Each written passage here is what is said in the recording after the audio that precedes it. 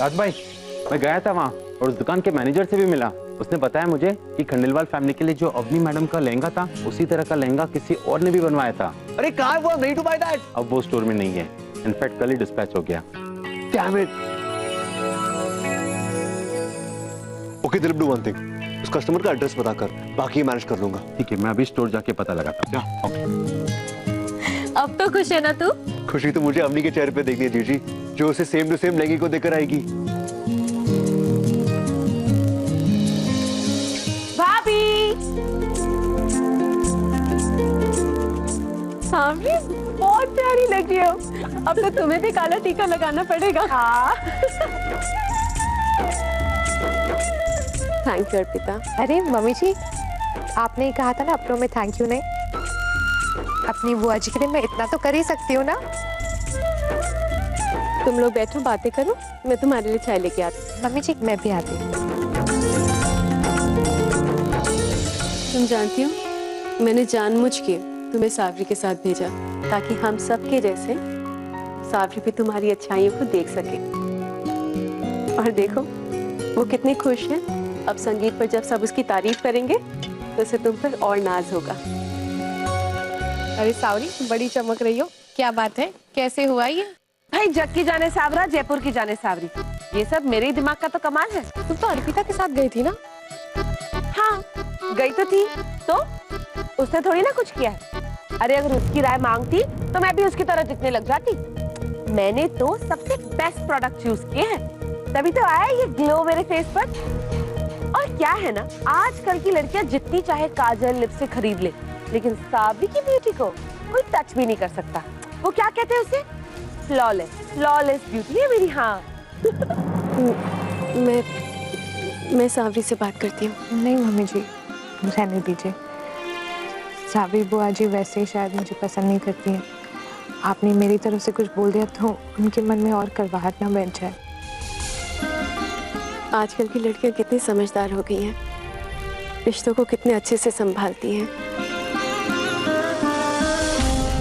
जहाँ तक बात है सावरी की, वो भी एक दिन तुम्हारी अच्छाइयों को समझेगी। थोड़ा वक्त लगेगा, लेकिन वक्त की कमी कहाँ है मम्मी जी? अब तो मैं इस घर का हिस्सा बनने जा रही हूँ, फिर तो सारी जिंदगी है बुआ जी का दिल जीतने के लिए।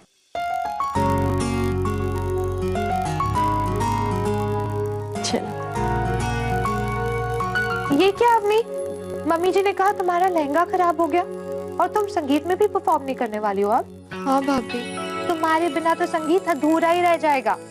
सब लोग तो तुम्हारी परफॉर्मेंस देखने के लिए एक्साइटेड थे और तुम नो नो नो, परफॉर्म तो तुम्हें करना ही पड़ेगा। अच्छा लेट्स सी, तुम्हारे वार्डरोब में कुछ ना कुछ अच्छा मिल ही जाएगा। देखिए कुछ ट्राई करते हैं। ओह गॉड अर्पिता, तुम यहाँ हो? हम कब से तुम्हें ढूंढ रहे। तुम्हें पता है संगीत के लिए हमारे ड्रेसेस आ गए।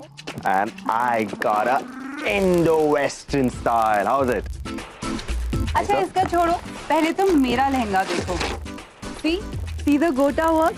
Isn't it outstanding? I am sure पूरे संगीत में ऐसा ड्रेस किसी का नहीं होगा। इतना सुंदर तो मेरे वार्डरोब में कुछ भी नहीं होगा।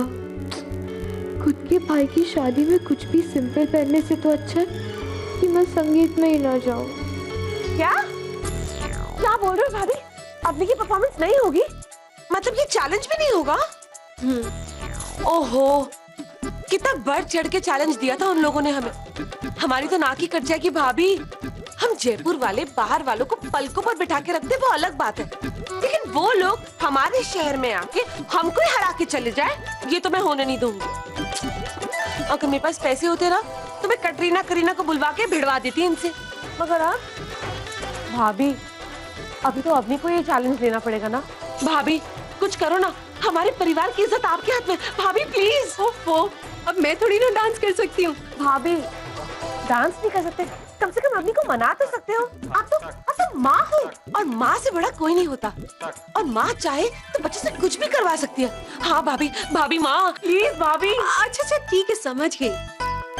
सोचती हूँ। पक्का ना? हाँ बाबा। सोचू भी तो क्या सोचूं? मैं जानती हूँ ना अवनी को बहुत जिद्दी है, इतनी आसानी से थोड़ी ना मानने वाली है वो।